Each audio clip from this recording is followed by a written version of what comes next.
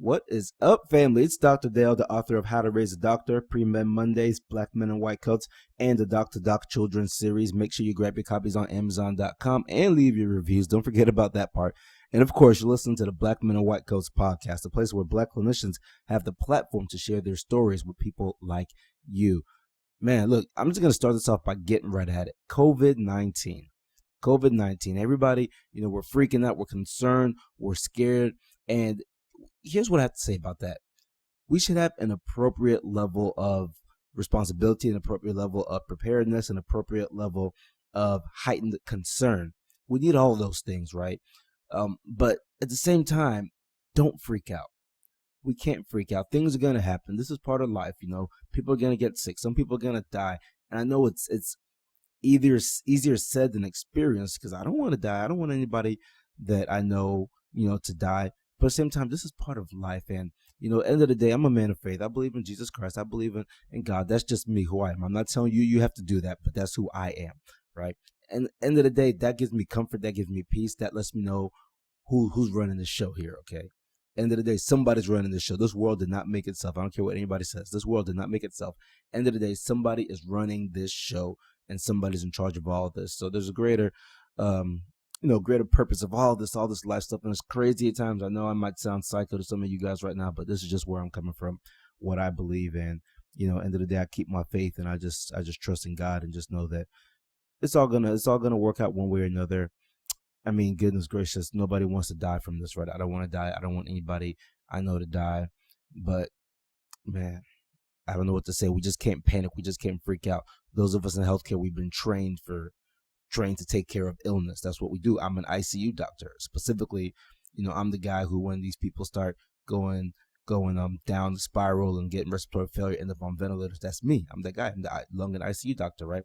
So even though I am concerned about it, I see what's going on in other countries. I'm doing my best not to freak out about it. I'm doing my best to go back to the basics. I coach my kids' basketball teams. And when things are starting to look sloppy and you're missing a lot of shots, you're making silly mistakes when you're getting tired and such, I would say, hey, go back to the basics, fundamentals, go back to the basics. And that's the same thing that we need to do right now. Okay, we got to go back to the basics, taking care of patients, remember the things that work, the things that make us efficient. And just remember that we've been trained, we've been prepared for this, and keep that mindset. Now, but everybody still got to do what you got to do. Make sure you're washing your hands. If you're sick, stay at home. Social distancing is a real thing. We need to be doing it, right? So I've had my kids are on spring break still this week. We've been cooped up in the household. So we go outside and we play in open areas, throw football, kick a ball, shoot some hoops. We do all that stuff, but we're not going into communal areas with other people, okay? Social distancing is a real thing. The whole idea there is not necessarily to stop the virus, but the idea is to flatten the curve. It's to slow down the spread. So a whole lot of people don't get the virus all at once, all come into the healthcare system, and the healthcare system can't handle it. The idea is to slow it down. So, more than likely, the number of people who get this disease is probably going to be the same no matter how fast it happens. But we want to slow it down. That way, as you're coming into the healthcare system, we have the resources to take care of them so we can get them back out of the hospital safely and alive. That's what it is. So don't be flippant about this. Here's another thing I'm going to say before we get into this podcast. There are these rumors going around that black people can't get COVID, right? Not true. I don't know where that came from. Don't believe that. It's not true, okay? Black people can get this virus the same that everybody else can get this virus, okay? So those are some things to be aware of. Now, let me flip off this COVID talk. You've seen enough of that on the news, man. Let's get into some Black Men in White Coats podcast, that type of stuff, okay? And before I hop into this, let me remind you guys, if you're a pre-medical student, you've got to get on PreMedMondays.com. www.PreMedMondays.com. You've got to register. We have a great session every week, Monday nights. I'm on these calls. Dr. Daniel's on these calls. The med students will be on these calls, and we're talking to you guys. They're actually video chats. So we're teaching you guys. We're talking to you guys. We're teaching you guys how to excel as pre-medical students, how to be phenomenal, excellent pre-medical students. And we're giving you guys gold, stuff that you're not going to get other places, okay? We're giving you guys gold. We're teaching directly from my PreMed Mondays book. And on top of that, we're throwing in all these other leadership things to help you just become an individual who has a growth mindset, an individual who wants to be excellent. We throw all that stuff in there for you guys every Monday night. If you're not on PreMedMondays.com, make sure you get on there, register. You should be doing this, okay? Other thing is, if you need a mentor, go to diversemedicine.com. We've got mentors on there. Diversemedicine.com. Register, get yourself a mentor, okay? These are the things that you do in life to be successful. You surround yourself with people who are doing great things. You get mentors. You do all these things. That's what's worked for me along my journey. That's what I help other people do right now.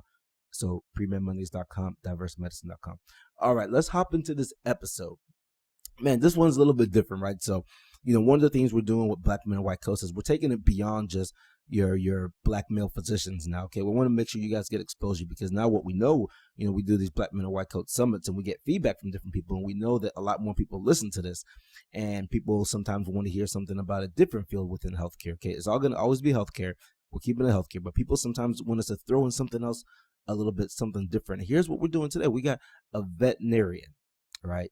And this is a great episode. I'm trying to tell you guys, right? This is Dr. Demetrius Washington. Phenomenal episode here. And the thing about things like veterinary medicine is they really overlap. A lot of the stuff overlaps. So the stuff he talks about overlaps with things that I went through in medicine and healthcare. But in his case, it's really interesting because you talk about being one of the few. He is really, really, really one of the few people in this field, okay? And I'm talking about, I forgot the number he said, but it's like less than 10 of them. So he goes through that and he talks about how he's able to deal with that and overcome. And I just love his outlook, so positive, so upbeat, and so inspirational and motivational to all of you listening to this podcast, okay? Great stuff in here. Whether or not you want to be a veterinarian, you've got to listen to the things that he's saying, because these things are essential for success. It's a mindset to have, and knowing, hey, how do I thrive even when I'm one of the few? Dr. Demetrius Washington. Check it out.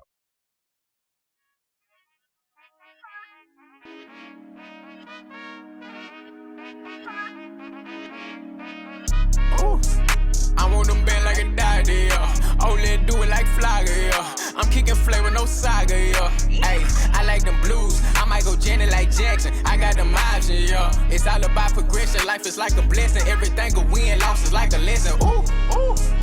Yeah, ain't no time for stressing. I've been really stepping. Ooh, ooh. Yeah, if you wanna go get it, stop playing around. Really got on racks, ain't playing around. You wanna go get it, stop playing around. Really got on racks, ain't playing around. Black men, white coats, here we up right now, yeah. You gotta set you a goal. Hello, everyone. My name is Dr. Demetrius Washington, Sr. I am currently a veterinary ophthalmology, comparative ophthalmology resident at North Carolina State University. I received my bachelor's degree in biology from Bard College, my master's degree from Prairie View A&M University, my doctorate of veterinary medicine, my DVM from Tuskegee University, and then I did a small animal rotating internship here at NC State, and they continued to stay on as a resident here in comparative ophthalmology.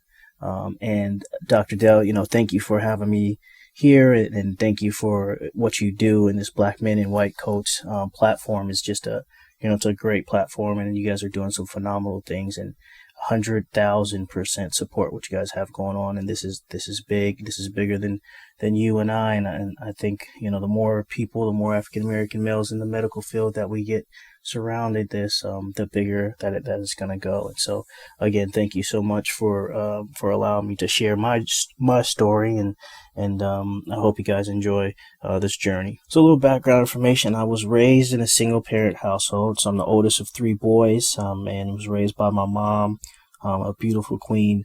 And I think this is where my desire and my drive for becoming a veterinarian came into play.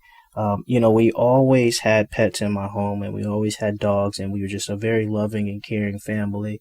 But unfortunately, when those dogs got sick and needed some, veterinarian care, we couldn't properly care for them the way that we needed to. And so, finances were a bit tight, honestly, at that time. And so, my mother had to choose between, feeding 3 boys and paying the bills on her own, or $1,000 veterinarian bill for a really sick pet. And so, I think that's where my drive for actually, caring for animals and being understanding of what goes into caring for animals in the long run. And also, there's the opposite side of that too, is where you have family members who, actually love these pets, but, unfortunately aren't able to maintain financially how to care for them. And so, there is where my drive of speaking for those who basically can't speak for themselves. And so I at a very young age, I realized that I wanted to be a veterinarian.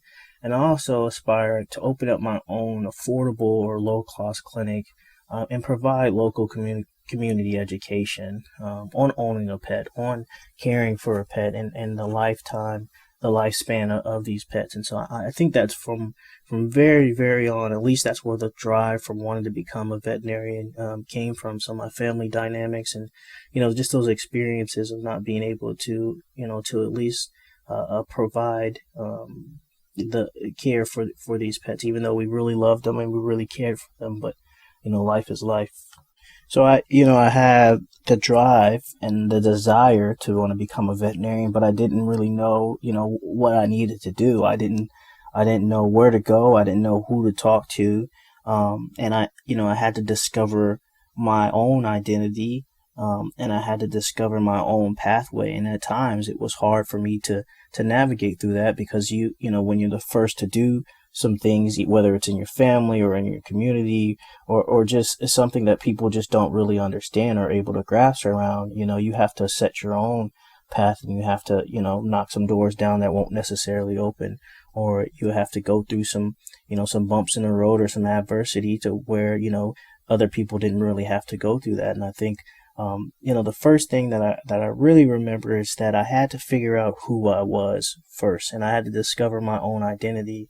And what I mean by this is when you're a young African American male, growing up in a single parent household and you don't have much influence in terms of male influence or mentorship, you have to discover who it is that you are. You're still trying to, blossom into your own identity. But not only that, but when you're heavily in the sciences, which I were, and heavily into these satellite programs, so the gifted and talented programs, a lot of times you're the only one there in that. And what I mean by you're the only one, I mean, a lot of times I was, the only African American male in my class. And that's all the way up from middle school, all the way up through high school and colleges. When you're in the sciences, the representation or being able to identify with somebody else, unfortunately, isn't as high as it should be. And so when you're the only one and you have things that you want to talk about, or you have things that you want to get off your chest, or you just want to see somebody doing what you want to do and they've already succeeded and you don't see that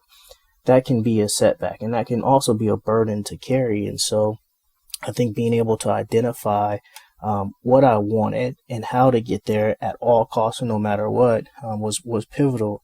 And at times I was confused about my identity. At times I was confused about, whether the sciences were something that I really wanted to do and wanted to continue to do because, all I see are people doing other things. And there's nothing wrong with doing other things, meaning anything else other than wanting to become a doctor, wanting to become a veterinarian. And I think that the stigma in the African American community, at least, is that if you're going to be a man and if you're going to be a provider for your family or just in general, you need to be a strong man. You need to be a financial provider. And sometimes that means going out and getting a job that's going to pay the bills. Sometimes that means whatever job you need to do that's going to provide a roof over your family's head or over your head. And that can be discouraging when you have someone who wants to grind it out, who wants to set a precedent, who wants to open doors, and every avenue that you look in terms of searching for mentorship, if you ask somebody for advice and they're like, well, this has never been done before, or they throw statistics at you like, a certain, we've never seen this done before, or it's pretty much impossible, that can be discouraging and that can be, disappointing. But the biggest thing, I think, in terms of my story, what separates me from anyone else who may have wanted to consider going down the same path that I have, or who tried it and didn't succeed for whatever reason, is the biggest thing between me and them is that I didn't quit. I didn't take no for an answer. And I knew what my vision was, and I trusted my vision. And I thank God that I had a clear vision, and it was clear in my head, and it was possible. And so I just didn't quit, and I didn't take no for an answer, and I trusted in what I could do, what my hard work would do, what my work ethic was going to do. And so I think that's why I'm where I am now, is because I just didn't quit and I didn't accept anything. And it can be challenging when you have a vision that's so clear, so laid out, and people don't understand that. People may not be capable of understanding the long run or the step process or the strategy that goes into it. And when people don't understand your vision, they can't get behind it, or they can't even communicate to you in a positive manner of what that vision means. And so what you have to do is, when people set boundaries on your vision because they don't understand it, or they're not capable of understanding, or they never achieve what they wanted to achieve, you can't let that seep in and deter you from getting to where you need to get to. And so I've come across many people who, the veterinary ophthalmology field, you're going to have to do an internship, then you're going to have to do a specialty internship, and then you might be eligible just to get some interviews for a residency, or, there's not a lot of African Americans who are diplomats in that field all the way together, which is true. I think currently, off the top of my head, I think there's 7 or 8 currently diplomats. So those are people who've gone through the residency, whose passports are now practicing veterinary ophthalmologists. And that's a solid number, and I'm very appreciative of those who came before me.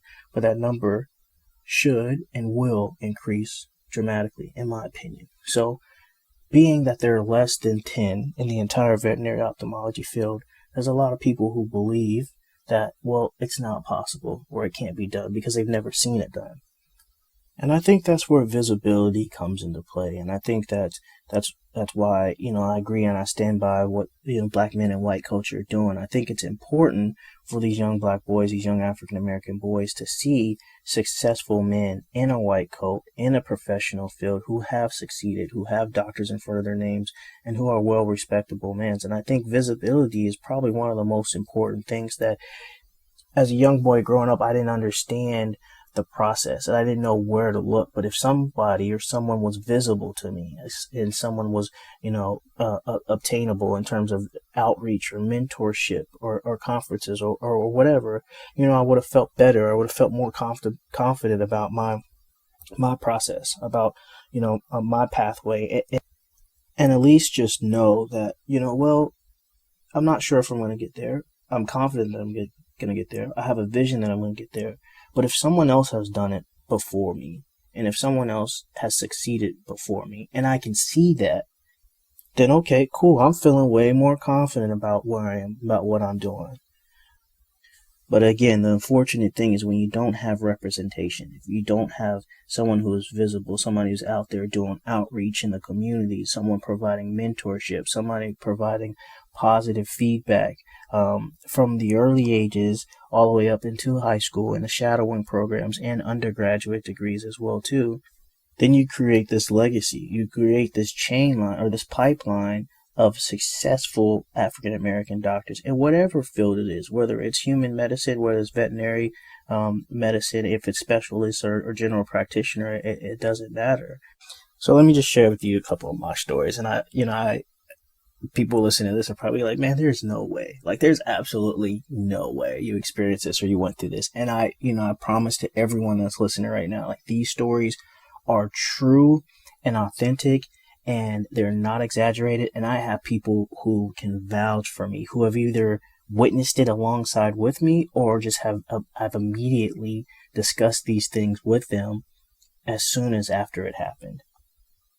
So the first test of adversity, I went to this small liberal arts college upstate New York, and I'm one of the first in my family to go to college and to get a graduate level degree. So anyway, we're moving into my room. I go to this place to try and check in and get my keys, and they're like, well, you got to go to the bursar and financial aid office.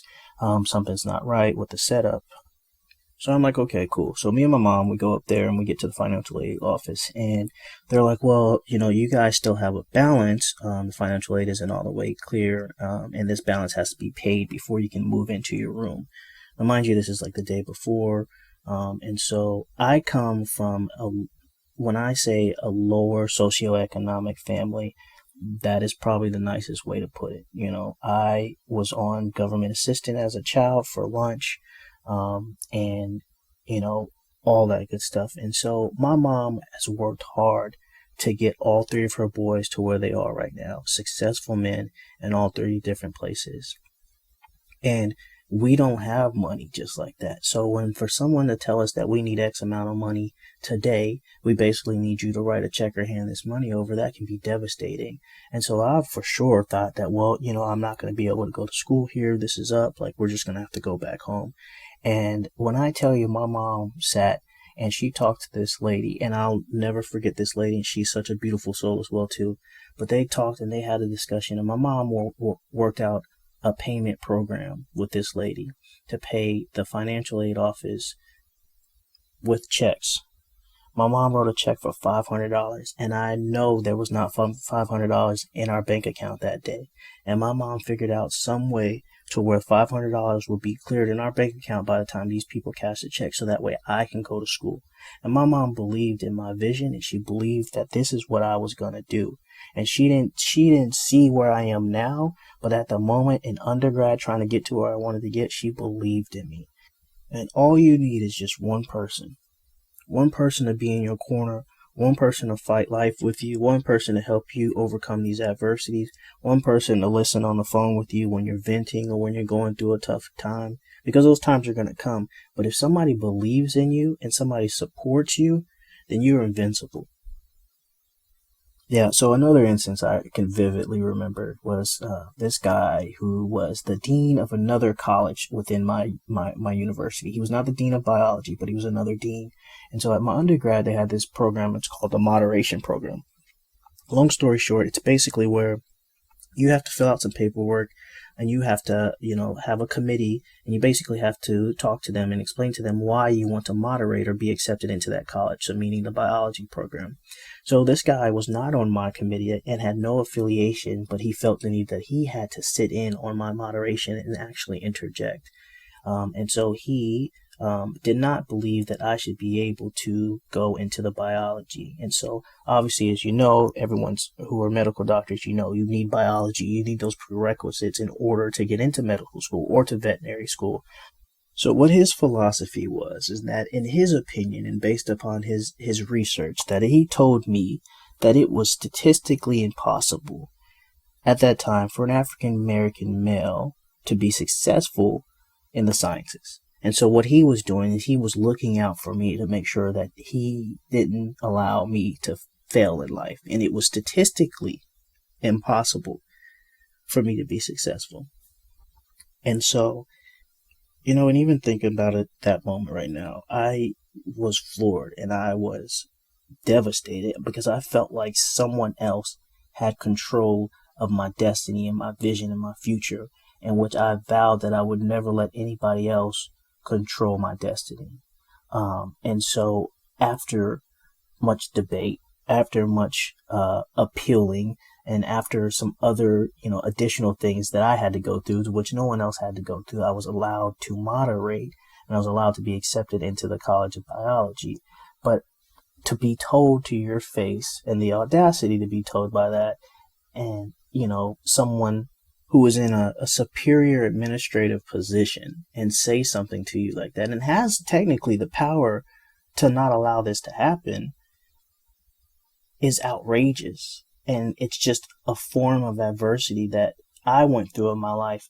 But you can plug in anybody else's story, anybody else's challenge there, to where something that seems so insurmountable and something that is where you have no control over it. You think you don't, because someone has put physical limitations or put their scale of understanding on what you're capable of doing.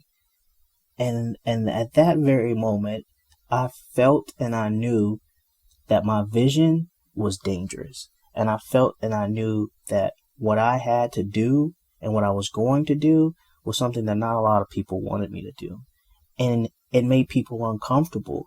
But this is the very moment where I realized that I need to do this for myself, for my children, for my legacy, and for someone else coming behind me that may have to experience something else or something similar to this. And so that way they know that, well, hey, listen, Dr. Washington did it, or it's been done before. And it doesn't have to be in veterinary ophthalmology. It doesn't have to be in medical school. It doesn't have to be, you can be a dentist. Whatever it is, the visibility and having someone there and seeing someone succeed is the big picture.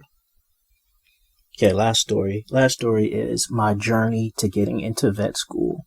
So I had to go back. I was in undergrad. I was playing basketball until my grades they weren't bad, but they weren't good.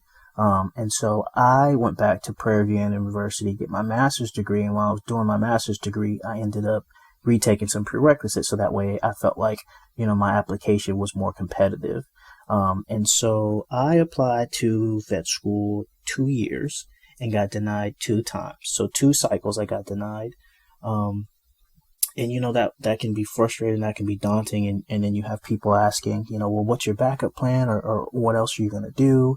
And are you sure this is something that you want to do? Why don't you just go, get a decent job and work?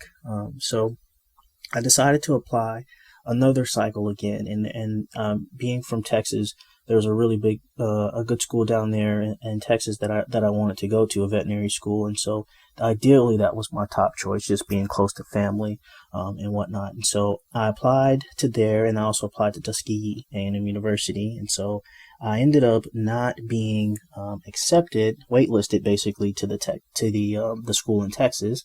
And I received a phone call from one of my mentors there, and he was like, this year is just a really competitive class, and you just barely, missed the cut. And I think that if you apply again next year, you will have a great chance on getting a seat in this class. A couple of days after that, I received my acceptance letter from Tuskegee. And so I finally got into Tuskegee, and I was excited. I was working as a veterinary technician at the time, and I told everybody. Of course, we had a big celebration. And then, funny story is me and myself and my wife now, but she was my girlfriend at the time. We were pregnant. So, not me, obviously, but she was pregnant. So, we had to make some big decisions in terms of going all the way to Alabama from Houston, Texas, and being, having, the child. So, we elected to defer a year. And so I had gotten accepted into vet school, but we ended up deferring a year. And so, basically my journey to get into vet school, let alone, was about a 3-4 year process. And so, that's just another example of, if you want something, and if you are truly, that's something that you want to do, then you have to go for it and stay resilient at it at all costs. And there's going to be adversity. There's going to be obstacles. There's going to be, letdowns and disappointments, but you have to get back up, and you have to, finish the race basically. So I get through vet school and I graduate, and I realize I want to specialize in veterinary ophthalmology, and that's my purpose. And so, now what? Now what do I do? And so now I'm at this point to where the biggest challenge that I'm facing is there are not a lot of African American male veterinary ophthalmologists. There are not a lot of African American veterinary ophthalmologists as it is. What I do know is that in veterinary medicine alone, there's less than 5% of African American veterinarians. And so when you go into a specialized field, that number decreases even further. What I do know is that there are currently 7 African American veterinary ophthalmologists, certified ophthalmologists in the veterinary field, 7 of them. Out of those 7, 1 of those is a male.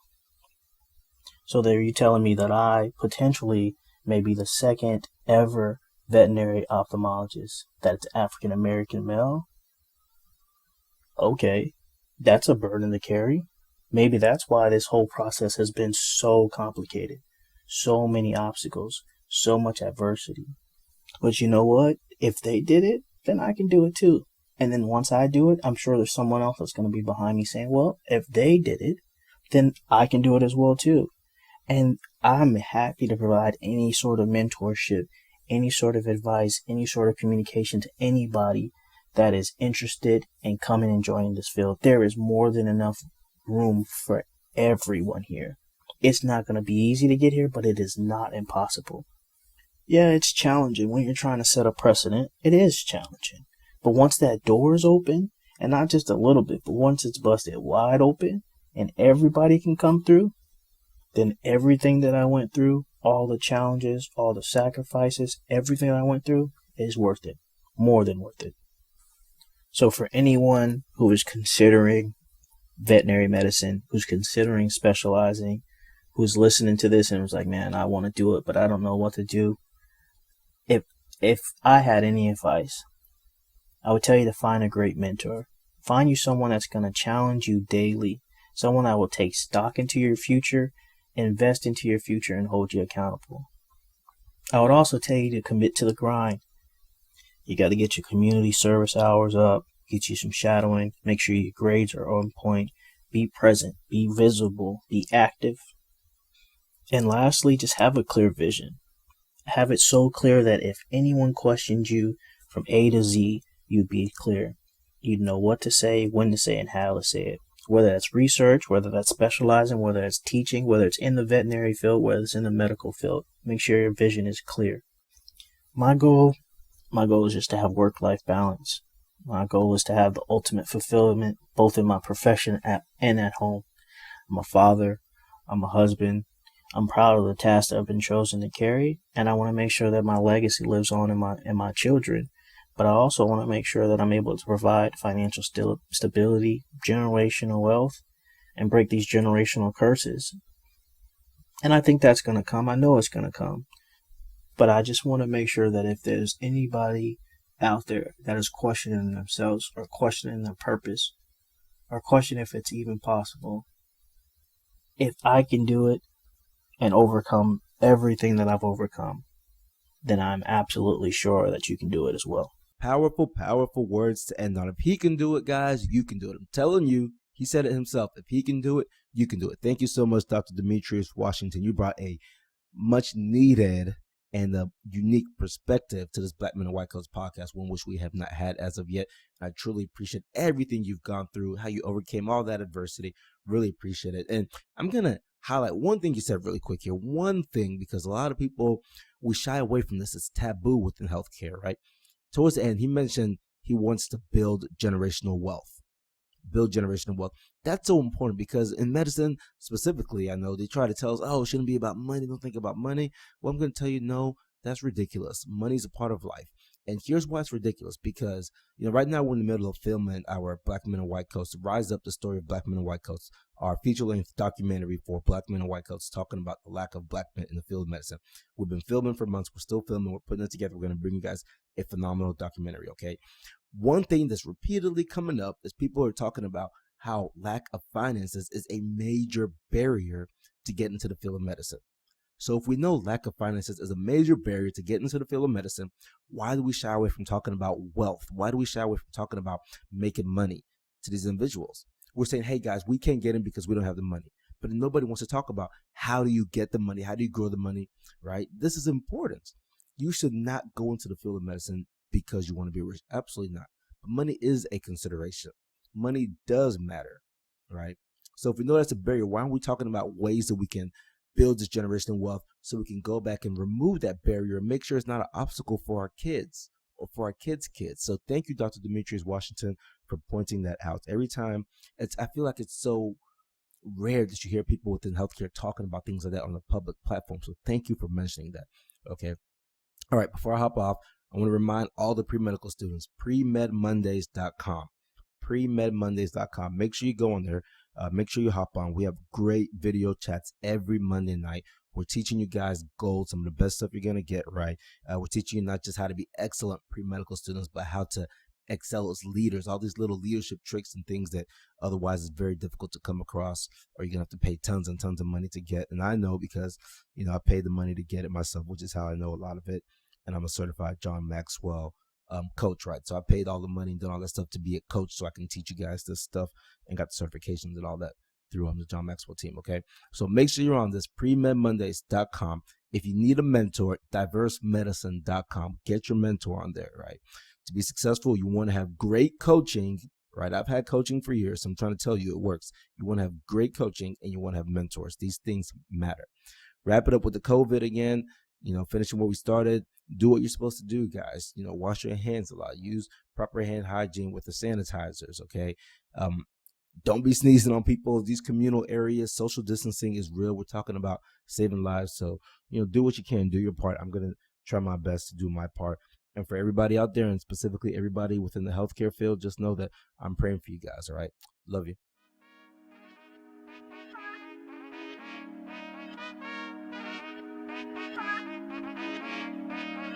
Ooh, I want them band like a daddy, yeah. Only do it like Flagger, yeah. I'm kicking flavor, no saga, yeah. Hey, I like them blues. I might go Janet like Jackson. I got them options, yeah. It's all about progression. Life is like a blessing. Everything a win, loss is like a lesson. Ooh, ooh.